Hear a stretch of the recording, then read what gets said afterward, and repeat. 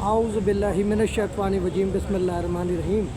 Chairman Mehran communication network, media communication network, بزم فکر خادم الفقراء میاں آدم شاہ کلوڑا عباسی شہید انٹرنیشنل، بزم فکر قائد ملت اسلامیہ شہید تحریک پاکستان نواب بہادر یار جنگ انٹرنیشنل، بزم فکر دست راست قائد عوام شہید ذوالفقار علی بھٹو، ماہر امور خارجہ رائٹر معاہدہ تاشقند، بانی بین الاقوامی صنعت نمائش پاکستان، فقیر منش صحافی سید نجی اللہ ید اللہ انٹرنیشنل، بزم فکر دست راست قائد عوام شہید Zulfiqar Ali Bhutto,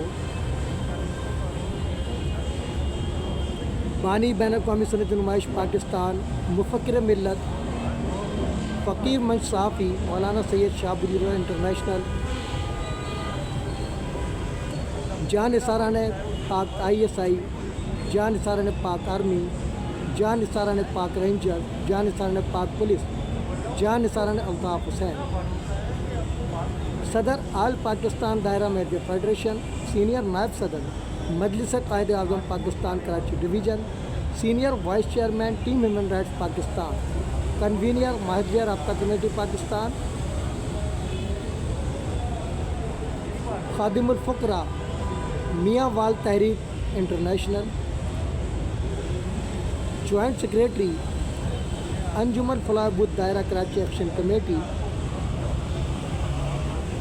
COMC news HD web TV Pakistan خادم ملت خواجہ فکری اس وقت arts council of Pakistan Karachi میں موجود ہے اور آج ہے 19 دسمبر 2025 بروز جمعہ۔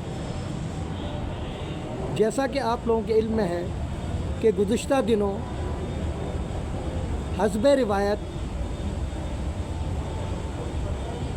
سندھی کلچر ڈے کی آڑ میں جس طرح بدماشی کی گئی، پاکستان نہ کھپے کے باب آنگو دہل نعرے لگائے اور ایسا محسوس ہو رہا تھا جیسے پاک پولیس نہیں انڈین پولیس ہو۔ مجھے حیرت اس بات کی ہے کہ وہ رینجر جس کو ہم اپنے ٹیکسوں سے پال رہے ہیں کراچی میں کہ وہ ہماری حفاظت کرے، تو وہ کیا کرتی ہے کہ گوئے گناہوں کو بغیر کسی وارنٹ کے مخبری پر سیاسی بنیاد پر اریسٹ کر لیتی ہے اور عزیر بلوچ جیسے نامی گرامی دہشت گردوں کو ایسا ریلیف فراہم کرتی ہے کہ وہ مقدمات میں بری ہو جاتے ہیں۔ اس کا شکار میں بھی ہوا۔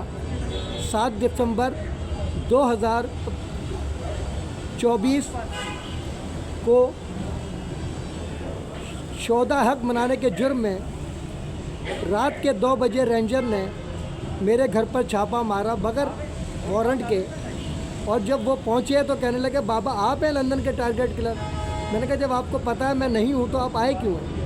کہہ رہے ہیں ہماری مجبوری ہے، ہمیں تو یہی بتایا گیا تھا۔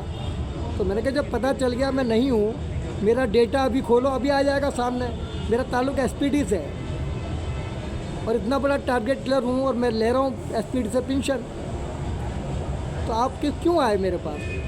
کہہ رہے بابا مجبوری آپ کو چلنا پڑے گا۔ پورے محلے کے سامنے میری ویڈیو بنائی گئی، محلے والے بھی ہنس رہے تھے کہ کس کو لے جا رہے ہیں، جس کو آج تک پولیس نے ہاتھ نہیں لگایا آج یہ کسی کے کہنے میں آ کر لے جا رہے ہیں، پچھتائیں گے۔ 8 دن تک مجھے پہلے 2 دن تو تیموریہ تھانے میں رکھا گیا بغیر کسی جرم کے، اور پریشر دیا جاتا رہا کہ آپ اقرار کریں کہ آپ کا تعلق MQM لندن سے۔ میں نے کہا بھائی نہ میرا MQM لندن سے کوئی تعلق، نہ MQM حقیقی سے کوئی تعلق، نہ PSP سے تعلق، نہ MQM پاکستان سے۔ قائد بھی ایک ہے، باپ بھی ایک ہے، وہ الطاف حسین۔ اور یہ جو آپ الزام لگا رہے ہیں جھوٹا، یہ جانے سے الطاف حسین کی طرف سے شہداء حق چلنے کا پیغام تھا، نہ کوئی اشتعال انگیز تقریر کی گئی، نہ کسی کو اکسایا گیا۔ یہ ان لوگوں نے مجھے اٹھوایا جن کو میں کہتا ہوں کہ یہ میں نے خطاب نہیں دیا، الطاف بھائی نے دیا تھا آخر خطاب میں کہ جو پاپ سے پیدا ہے وہ میرا ہاتھ تھامے، ورنہ سب اٹھ کے چلے گئے۔ تو میں نے کوئی غلط بات تو نہیں کی تھی، آپ کے قائد نے کہا آپ نہیں مانتے اس کو، وہ غلط بات ہے۔ اب یہ دیکھ لیجئے آرٹس کونسل آف پاکستان میں اردو کانفرنس محبتوں کی سفیر ہوتی ہے، لیکن اسی حالانکہ پریس کلب پر ہوتا ہے کلچر ڈے، لیکن خاص طور سے کامران ٹیسوری کو ٹارگیٹ کرنے کے لیے آرٹس کونسل میں وہ گھس آئے۔ اتفاق کی بات ہے کہ ایک سندھی بھائی کو ہمارے کوئی مسئلہ تھا درپیش، وہ بار بار اسٹیج پر چڑھ رہا تھا، منتظمین نے اسے روکا کہ بھائی یہ طریقہ نہیں ہے، آپ اپنی درخواست دے دیں، گورنر صاحب ریسیو کر لیں گے۔ یہ کامران ٹیسوری صاحب کا ظرف تھا کہ وہ پروٹوکول کو چھوڑ کر اسٹیج سے نیچے اترے اور اس کی درخواست بھی لی اور کہا کہ انشاءاللہ تمہارا مسئلہ حل ہو جائے گا۔ تو سندھیوں کو تو خوش ہو جانا چاہیے تھا جو آئے تھے پلان کر کے کہ اردو کانفرنس کو جو ہے تہس نہس کر دیں۔ انہوں نے فوراً نعرے لگانے شروع کیے، قاتل قاتل، کامران ٹیسوری قاتل۔ آپ یقین کریں مجھے حیرت تھی اس بات کی کہ اردو کانفرنس کے اندر جہاں پیار و محبت بکھیری جا رہی تھی، ان سندھو دیش کے حامیوں نے قاتل قاتل کامران ٹیسوری کے نعرے لگائے اور سانپ ایسے سونگ گیا کہ ہمیں ہزاروں کا مجمع تھا نا، لیکن ہم اللہ سے نہیں ڈرتے، دہشت گردوں سے ڈرتے ہیں۔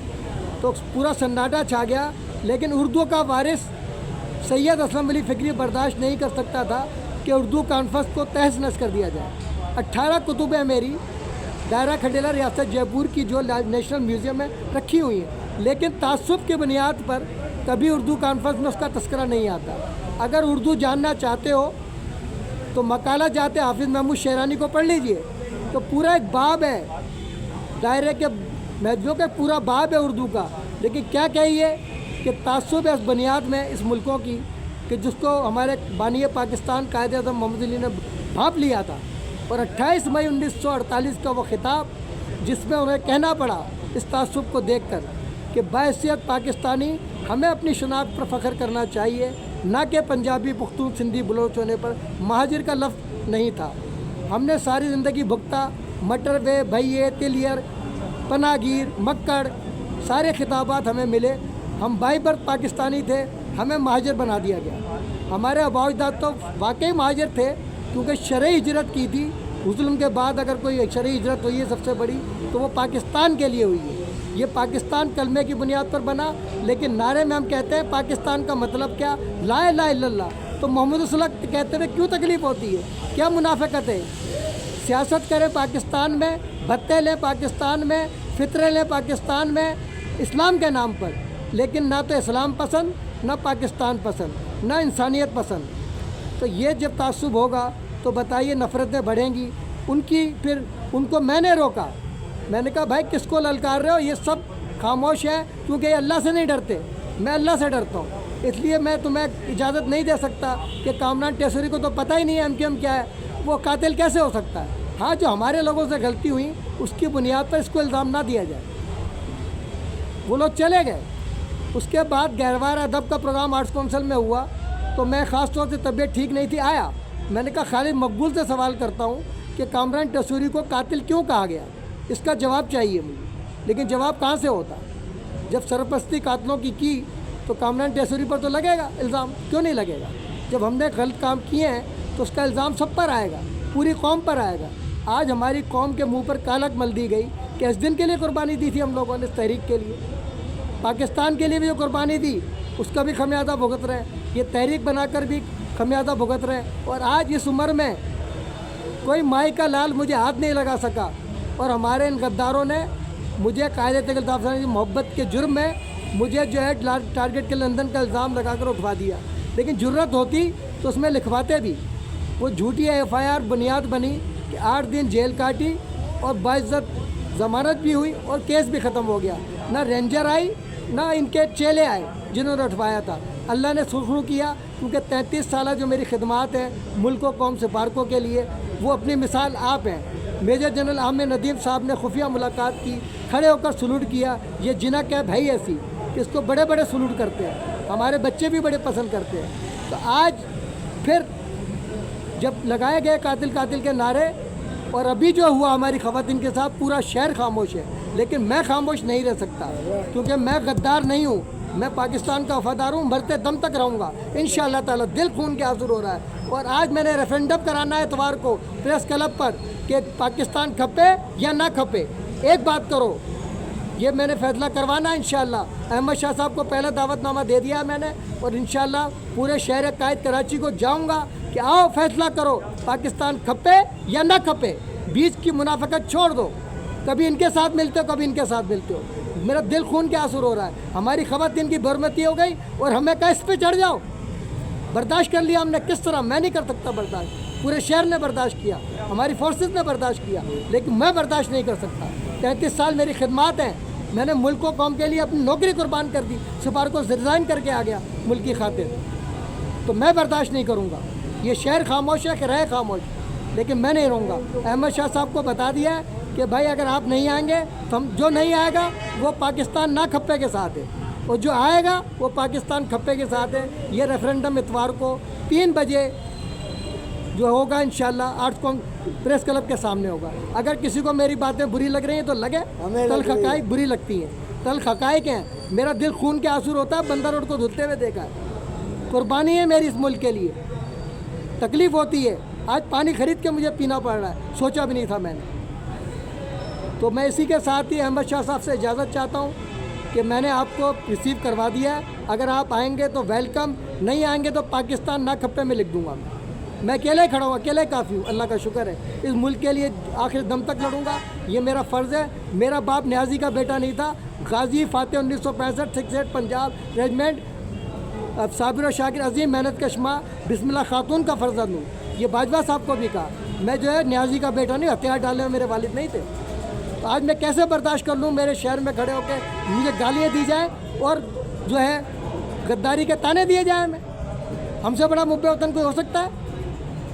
ہم بائی برتھ پاکستانی ہیں۔ ہم انڈیا سے، میرے والدین آئے تھے، وہ اللہ کو پیارے ہو گئے، میری پیدائش یہاں کی ہے، بتا دینا چاہتا ہوں۔ آرمی چیف کو بھی کہہ دیا، رینجر کو بھی کہہ دیا میں نے، کیا بگاڑ لیا تم نے میرا؟ اس کے ساتھ ہی میں نعروں جنا کیپ قومی یکجہتی کا نشان، جیوے جیوے پاکستان، نو جنا کیپ، نو انٹری مدار قائد۔ اگر ہم غدار وطن ہوتے تو تمہاری طرح سردار وطن ہوتے۔